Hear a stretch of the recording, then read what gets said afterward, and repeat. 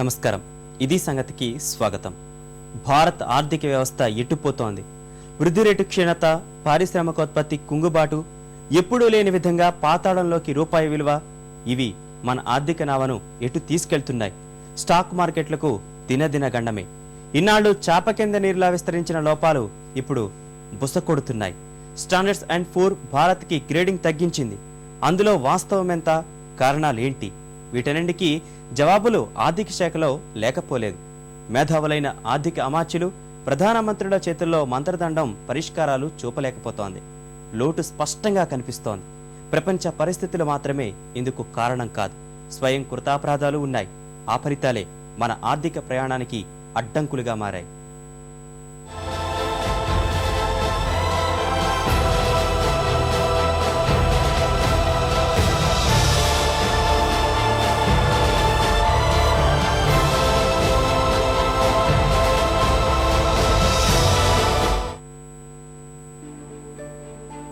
రూపాయి విలువ మునుపెన్నడూ లేనంత పాతాళానికి జారుకుంటోంది. దేశ ఆర్థిక రంగానికి సవాల్ విసురుతోంది. చారిత్రక పతనం స్టాక్ మార్కెట్లను వణికిస్తోంది. ఒక అమెరికన్ డాలర్ విలువ ప్రస్తుత పతనంతో ₹54.60కు వెళ్లిపోయింది. ఇది ఎప్పుడూ చూడని పరిణామం. ఆహార ద్రవ్యోల్బణం రెండంకెలు దాటింది. వృద్ధి రేటు ఆశాజనకంగా లేదు. పారిశ్రామికోత్పత్తి సూచి ఐఐపి మరో షాక్ ఇచ్చింది. దేశ పారిశ్రామిక వృద్ధి రేటు రుణాత్మకంగా ఉంది. -3.5% నమోదు చేసింది. ఇది పెట్టుబడులపై తీవ్ర ప్రభావం చూపుతోంది. వృద్ధి రేటు గతేడాది 6.9%కి పడిపోయింది. ఈ ఆర్థిక సంవత్సరంలోనూ 7.5కి అటూ ఇటూ ఊగిసలాడుతోంది. ద్రవ్యలోటు 5.9%కి పెరిగిపోయింది. పరిణామాలు తీవ్రంగా ఉన్నాయి. ఇప్పటికే ఎగుమతులు మందగించాయి. అధిక వడ్డీలు కార్పొరేట్ల లాభదాయకతను దెబ్బతీస్తున్నాయి. ఒకటి కాదు, అన్ని రంగాలు నిస్తేజంగానే ఉన్నాయి. భారత ఆర్థిక వ్యవస్థ గాడి తప్పుతోంది. అడిగిన ప్రతిసారి ప్రపంచ దేశాల సంక్షోభాలే కారణమని ఆర్థిక మంత్రి చూపిస్తున్నా మన స్వయం కృతాపరాధాలే ఎక్కువ. ఆర్థిక సంక్షోభం నుంచి గట్టెక్కేందుకు మన ప్రభుత్వాలు మాత్రం చేసిందేమిటి? పరిణామాలు చూస్తుంటే భారత ఆర్థిక వ్యవస్థ మాంద్యం ముసురులో చిక్కుకుంటోందా అనిపిస్తోంది. ప్రణబ్ పొదుపు చర్యల నినాదం ఇదే విషయాన్ని సూచిస్తోంది. దేశ ఆర్థిక వ్యవస్థ మరోసారి సంస్కరణలు కోరుకుంటోంది. ప్రణబ్ ద అపర ఆర్థిక చాణక్యుడే, కానీ ఆర్థిక రోగాలకు సరైన మందు మాత్రం వేయలేకపోయారన్న విమర్శలు మూటగట్టుకున్నారు. ఆయన విధానాల అమలుకి యూపీఏ అడుగడుగునా అడ్డుపడుతోందన్న వాదన ఉంది. భారత ఆర్థిక విధానాలపై నమ్మకం లేని కారణంగానే పెట్టుబడులు తగ్గుతున్నాయి. స్టాక్ మార్కెట్లు వణుకుతున్నాయి. ప్రపంచ ఆర్థిక వ్యవస్థలతో మనం మితిమీరి పూసుకు తిరగడము తాజా పరిస్థితికి కారణమే. ఎక్కడో అమెరికాలోని స్టాండర్డ్ అండ్ పూర్ కంపెనీ ఇచ్చిన మదింపు నివేదిక ఆధారంగా మన దేశ ఆర్థిక వ్యవస్థ భారీ కుదుపులకు లోనవడమే పరిస్థితికి నిదర్శనం. అదే స్టాండర్డ్ అండ్ పూర్ సంస్థ 2.5 ఏళ్ల క్రితం అమెరికా రుణ పరపతి విలువను తగ్గించి ఆదేశాన్ని కుదిపేసింది. పెట్టుబడిదారీ ఆర్థిక వ్యవస్థలే కుదేలయ్యాయి. ఐరోపాలో ఇటలీ, గ్రీస్, స్పెయిన్, టర్కీ దేశాల ఆర్థిక వ్యవస్థల పతనంతో సంక్షోభం తారాస్థాయికి చేరింది. ఈ దేశాల ఆర్థిక వ్యవస్థలతో పెనవేసుకున్న ఆసియాపై కూడా ఆ దుష్ప్రభావం ఇప్పుడు మొదలైంది. ఆ ప్రభావం ఎక్కువగా భారత్ పైనే పడుతోంది. ఇప్పుడు తారాస్థాయికి చేరింది. ఆ పరంపరలో భాగంగానే భారత రూపాయి విలువ రోజురోజుకు పతనమవుతోందని నిపుణులు విశ్లేషిస్తున్నారు. అమెరికా, యూరోప్ లాంటి దేశాలు మనకి చాలా సలహాలు ఇస్తున్నాయి. ఎట్లాంటి సలహాలు ఇస్తున్నాయంటే పిఎఫ్ డబ్బులు తీసుకెళ్లి షేర్ మార్కెట్లో పెట్టండి లాంటి 5 సంస్కరణలను చెబుతున్నాయి.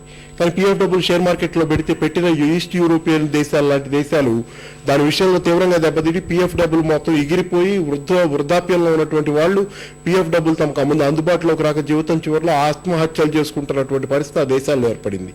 కాబట్టి ఈ నేపథ్యంలో చూసినట్లయితే ఏంటంటే ప్రధానంగా మనం కేవలం అమెరికా, యూరోప్ దేశాలు ఇచ్చిన సలహాలు, సంస్కరణలను మాత్రమే మనం చెప్తాం. సంస్కరణలు అంటే నిజంగా చాలా మంచి మాట. ఏ సంస్కరణ అయినా నాడు రుణ పరపతి తగ్గించినందుకు స్టాండర్డ్ అండ్ పూర్ కంపెనీపై అగ్రరాజ్యం ఆగ్రహించింది. ఆ సంస్థ అధ్యక్షుణ్ణి పదవీచ్యుతుణ్ణి చేశారు. ప్రస్తుతం అమెరికాకు సలహాలిచ్చే ధైర్యం లేక ఆ సంస్థ భారత్ కు మాత్రం ఉచిత సలహాలిస్తోంది. భారత ఆర్థిక వ్యవస్థ గాడిన పడాలంటే రైల్వేలు, పోస్టాఫీసులు, విమానయాన కంపెనీల్లో ప్రైవేటు భాగస్వామ్యులకు అనుమతులివ్వాలని సూచిస్తోంది. ప్రైవేటీకరణను మనపై రుద్దేందుకు అగ్రరాజ్యాలు చేస్తున్న ప్రయత్నాలు ఇవి. వాటికి మన పాలకులు వంత పాడుతున్నారు. సొంత సంస్కరణలు పక్కన పెట్టి అగ్రరాజ్య సూచనలపై భారత్ అమితాశక్తి చూపుతోంది. అంతర్జాతీయ ద్రవ్యనిధి సంస్థ, ప్రపంచ బ్యాంకు, ప్రపంచ వాణిజ్య సంస్థలు, స్టాండర్డ్ అండ్ పూర్ కంపెనీ ఇలా అంతా ఒకే పాట పాడుతూ భారత్ లాంటి అభివృద్ధి చెందుతున్న దేశాలను తమ చెప్పు చేతల్లో పెట్టుకునేందుకు ప్రయత్నిస్తున్నాయి. అగ్రరాజ్యాలు తమ ఆర్థిక సంక్షోభాలను గట్టెక్కించుకునేందుకు భారత్ లాంటి దేశాలను ముంచేందుకు విశ్వ ప్రయత్నాలు చేస్తున్నాయి. ఇప్పటి ఈ పరిస్థితికి ఇలాంటి కారణాలే అధికం. ఈ తగ్గించడం ఏంది, ఎందుకంటే మీరంతా బాగాలేదు కాబట్టి సంస్కరణలు చేస్తే మీరు బాగుంటారని చెప్తారు. కాబట్టి సంస్కరణలు సర్వరోగ నివారణ అన్నట్టు పరిష్కారంగా చెప్పే ప్రయత్నం చేసే భాగంగా తమ దేశంలో దివాలా తీస్తున్నటువంటి పెట్టుబడిదారీ విధానం, పెట్టుబడిదారులకు పెట్టుబడులు పెట్టే అవకాశాలు లేని పరిస్థితిని భారతదేశం మీద వేసి రుద్దటం కోసం చేస్తున్న ప్రయత్నాలు కూడా ఈ భాగం అండి. ప్రైవేటీకరణ, అంతర్జాతీయ మార్కెట్లో వ్యాపారం చేయాలని ఉచిత సలహాలిచ్చే అమెరికా మాత్రం ఆ సూత్రం పాటించదు. టెలికమ్యూనికేషన్ రంగంలో అమెరికా పౌరులు తప్ప విదేశీయులెవరూ 1% కూడా వేలు పెట్టడానికి వీలులేదు.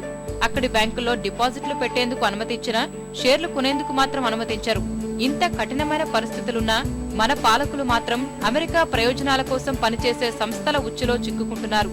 స్టాండర్డ్ అండ్ పూర్ కంపెనీ గ్రేడింగుల్లో భారత్కు A నుంచి B- గ్రేడ్ ఇవ్వడం వల్ల దేశంలో పెట్టుబడులు వెనక్కిపోతాయని అంచనా. ప్రస్తుతం ఆ పరిస్థితి కనిపిస్తోంది కూడా. మన దేశ ఆర్థిక సలహాదారు కౌశిక్ బసు అమెరికాలో మాట్లాడుతూ సంకీర్ణ రాజకీయాల వల్లే సంస్కరణలు సాధ్యం కావడం లేదని చెప్పుకొచ్చారు. సంస్కరణలు లేనందువల్లే నష్టం జరుగుతోందని వ్యాఖ్యానించారు. ఇందులో నిజం లేకపోలేదు. ప్రపంచవ్యాప్తంగా అనేక దేశాల్లో ఆర్థిక స్థితిగతులు మెరుగ్గా ఉన్నా ప్రభుత్వ వ్యతిరేక ఉద్యమాలు చోటు చేసుకుంటున్నాయి. ఫ్రాన్స్, గ్రీస్, స్పెయిన్ లాంటి దేశాల్లోని ప్రభుత్వాలు మారిపోయాయి.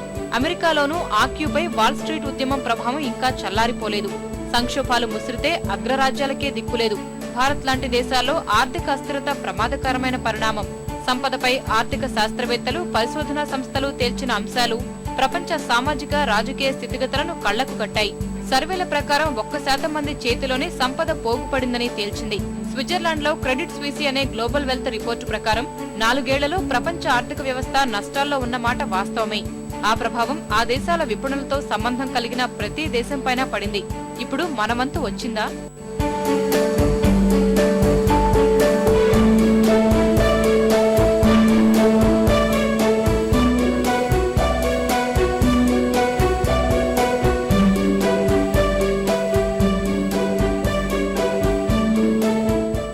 ఆర్థిక విధానాలు అస్తవ్యస్తంగా ఉండడం వల్లే దారిద్ర్యం ప్రపంచవ్యాప్తంగా పెరిగింది.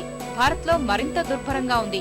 దేశాల స్థూల జాతీయ ఉత్పత్తి పెరుగుదలకు, ప్రజల జీవన ప్రమాణాలకు సంబంధం లేదని ప్రపంచ స్థాయి ఆర్థిక శాస్త్రవేత్తలు మరో నివేదిక రూపొందించారు. ప్రజలకు కనీస సౌకర్యాలు, తాగునీరు, ఆహారం, ఇళ్లు, వైద్యం, విద్య ప్రజలకు ఎంతవరకు అందజేశారనే దానిపై ఆధారపడి ఆ దేశ అభివృద్ధి అంచనా వేయాలని సూచించారు. అంతే తప్ప సంపద పెరిగినంత మాత్రాన ప్రజల జీవన ప్రమాణాలు పెరగవని తేల్చి చెప్పారు. ఈ విషయంలోనూ మన ప్రభుత్వాలు విఫలమయ్యాయి. వృద్ధి రేటుపై ఇలాంటి అంశాలు తీవ్ర ప్రభావం చూపిస్తున్నాయి. భారత్లో జరిగిందదే. కొనుగోలు శక్తి పెరగాలంటే ఉపాధి, ఉత్పాదకత రెండూ పెరగాలి. ఉపాధి రంగం మిణుకుమిణుకుమంటోంది. ఉత్పాదక ఎంతలా దిగజారిందో ఐఐపి గణాంకాలే చెప్తున్నాయి. మరి మన ఆర్థిక అమాత్యులు వీటికి ఎలాంటి పరిష్కారాలు చూపించారు? ఈ 7 ఏళ్లలో చెప్పుకోదగ్గ సంస్కరణలేవి? ఫలితంగానే వచ్చేదేమీ లేకపోయినా పోయేది మాత్రం పోతూనే ఉంది.